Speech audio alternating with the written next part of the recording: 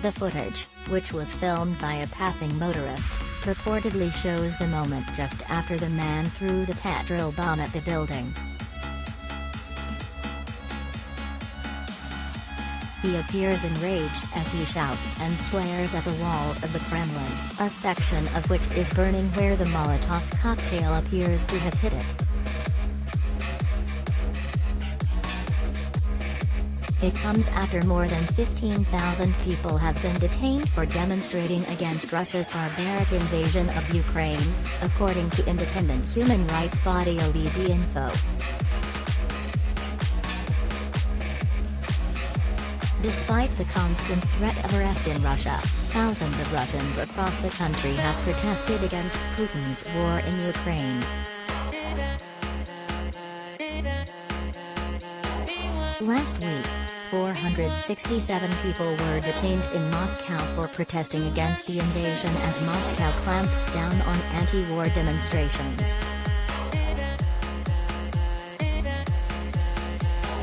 A journalist with AFP, who was present at a protest in the capital Moscow on Sunday, witnessed at least a dozen arrests. They added that police were taking away anybody without press papers.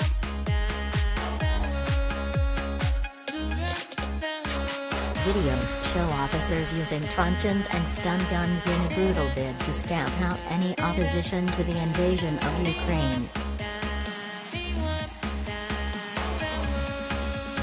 Police officers in central Moscow were seen manhandling many people who took part in the protests against Russian military action, in Manizhnaya Square.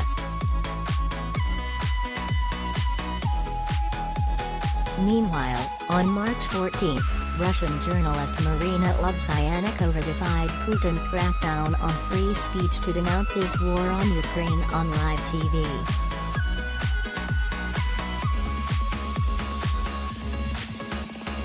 Putin has strong-armed state channels into referring to a special military operation instead of a war or invasion, has denied suffering mass casualties, and sought to paint Ukraine as the aggressor with 15 years in jail for anyone who defies him.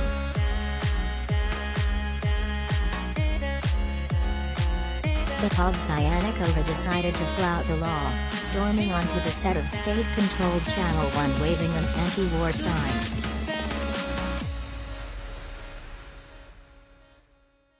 A highly regarded employee of the channel, the mother of two, held a placard reading "Stop the war. Don't believe propaganda. They're lying to you." She then released a pre-recorded video statement calling on ordinary Russians to protest and stop the madness. Ms. Lubsyanikova's exceptional act of defiance against Putin quickly went viral, winning praise from world leaders and sparking calls for her to be nominated for a Nobel Peace Prize. But once she was arrested, there were fears she would disappear, as many critics of the Kremlin do.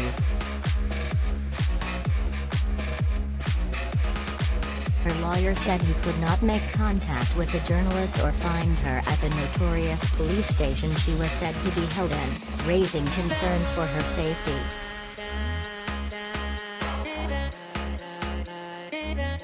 Then last week Ms. Lubsyannikova suddenly appeared at Moscow's Ostankino District Court, where a judge ordered her to pay a £210 fine, 30,000 rubles, and released her.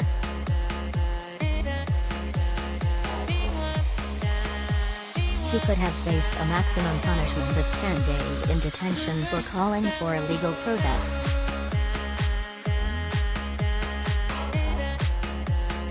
However, the charge was based only on the video, not her interruption of the news broadcast.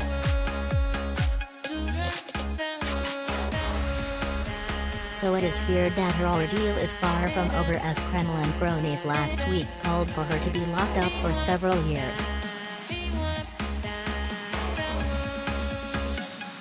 With the invasion of Ukraine, the crackdown on dissent has been expanded to media outlets and social media networks, all but silencing most independent news sites. On Monday, a Moscow court banned Facebook and Instagram for what it deemed extremist activity in a case against their parent company, Meta.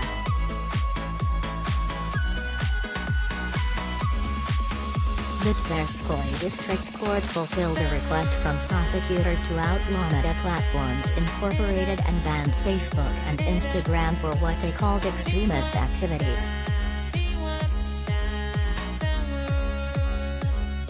Russian prosecutors have accused the social media platforms of ignoring government requests to remove what they described as fake news about Russian military actions in Ukraine and calls for anti-war protests in Russia. The court's ruling bans Meta from opening offices and doing business in Russia. Meta declined to comment when contacted by the Associated Press.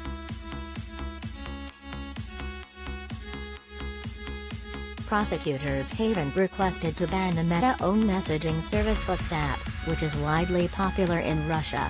The authorities also emphasize that they do not intend to punish individual Russians who use Facebook or Instagram. Instagram and Facebook were already blocked in Russia after the country's communications and media regulator Roskomnadzor said they were being used to call for violence against Russian soldiers.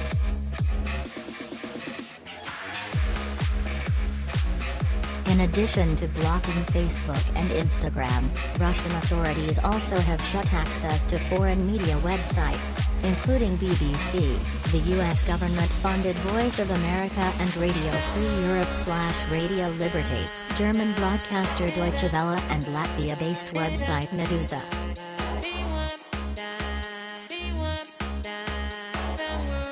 Continuing the effort, Roskomnadzor on Monday blocked the website of Euronews, a European news network. The regulator has also cut Euronews broadcasts.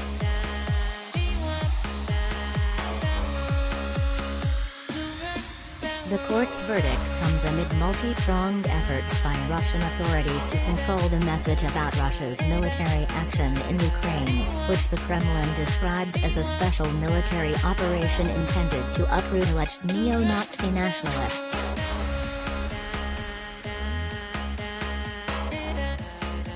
A new law fast-tracked on March 4 by the Kremlin-controlled parliament, a week after Russia launched the attack on Ukraine, envisions prison terms of up to 15 years for posting fake information about the military that differs from the official narrative.